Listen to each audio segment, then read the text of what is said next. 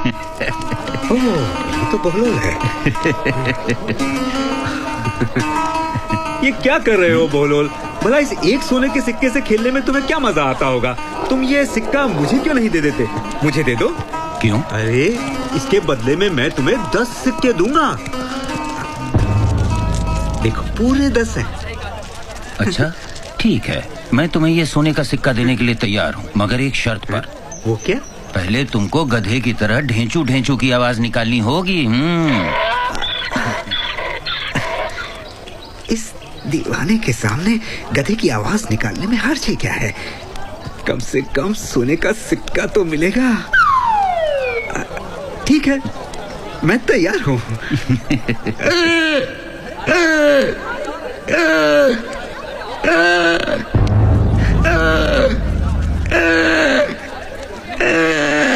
तुम तो वाकई में गधे हो। क्या मुझे भी अपनी तरह समझ रखा है, जो मैं अपना सोने का सिक्का देकर तुमसे ये पीतल के सिक्के ले लूं? भाई मैं दीवाना हूँ, गधा नहीं। क्या देख रहे हो तुम लोग? चलो अपने अपने काम पे।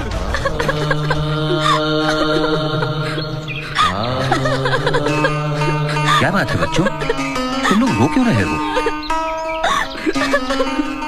मुझे अपनी परेशानी बताओ। मुमकिन है मैं तुम्हारी कोई मदद कर सकूं? हमारे साथ बहुत बड़ा धोखा हुआ है।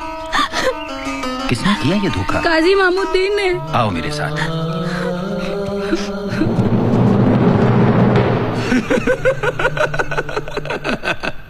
आप लोग तो जानते ही हैं कि पूरे बगदाद में अगर कोई ईमानदार, दीनदार और खुदार शख्स है तो वो हम हैं।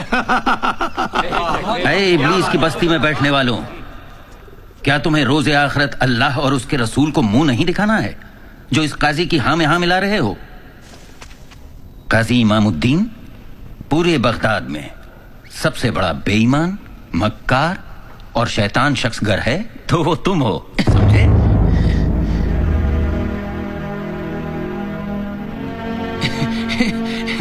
जनाब, ये बच्चे आपको कहां से मिल गए? इमामुद्दीन, हुजूर अकरम का कौल है कि यतीम का हक मारना गुनाह अजीम है। अच्छा, तो ये मामला है।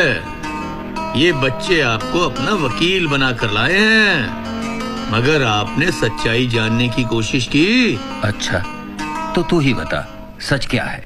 दरअसल हुआ यूं कि इन बच्चों के मरहूम अब्बा हज पर जाने से पहले मुझे 1000 अशरफियां दे गए और कह गए कि जो दिल चाहे इन्हें दे देना।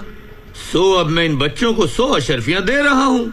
तुमने बिल्कुल दुरुस्त फरमाया काजी। जरा फिर से कहना। जो दिल चाहे सो दे देना। गोया तेरा जी 900 अशरफियां रखना चाह रहा है तो इन्हें दे दे। जी ठीक है, चलो।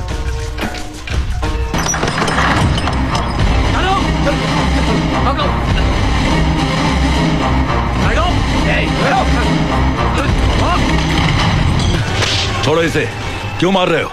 आलिजा, ये आपके तख्त पे बैठा हुआ है, किसी तरह से उठने का नाम ही नहीं ले रहा, इसलिए हमें थोड़ी सख्ती बरतनी पड़ी। बहलोल, तुम्हें तख्त पर बैठने की क्या जरूरत थी? मैं तो तुझे आईना दिखाना चाहता था हारून। मतलब ये कि मैं चंद लम्हे तेरे इस तख्त पे बैठा तो मुझे इतनी मार पड़ी, और तू न जाने कब से इस मसनदे शाही पे बैठा है। क्या तुझे अपने अंजाम की परवाह नहीं हारून? हारून, अगर तू किसी जंगल में भटक जाए और प्यास से तेरा दम निकल रहा हो तो क्या पानी की एक घूंट की एवज में तू अपनी आधी सल्तनत दे सकता है? बेशक। पानी से प्यास तो बुझ जाएगी, लेकिन अगर तुझे पेशाब रुकने की बीमारी हो और तेरी जान पे बनाए तो क्या उसके इलाज के एवज में तू बाकी आधी सल्तनत भी दे देगा हारून? बची हुई आधी सल्तनत भी।